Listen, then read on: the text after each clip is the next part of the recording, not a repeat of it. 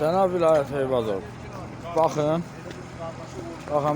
bu meydança bütün günü nə qədər pul toplayır bu meydança. Bu gördüyünüz polis nəfəri də oradadır. Bu gördüyünüz bütün yerlərdir.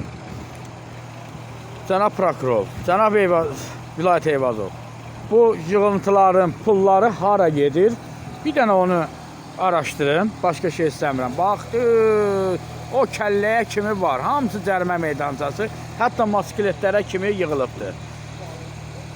Sizdən bir xahişim var, bu Mail kimdir? Siqnal İdarəsinin rəisi, özünü Azərbaycan dövlətinin böyük bir rütbəsi hesab edir və deyir ki, get kimə deyirsən denən, mən deyir, özüm deyir, bilirəm nə ağarıram, nə inirəm.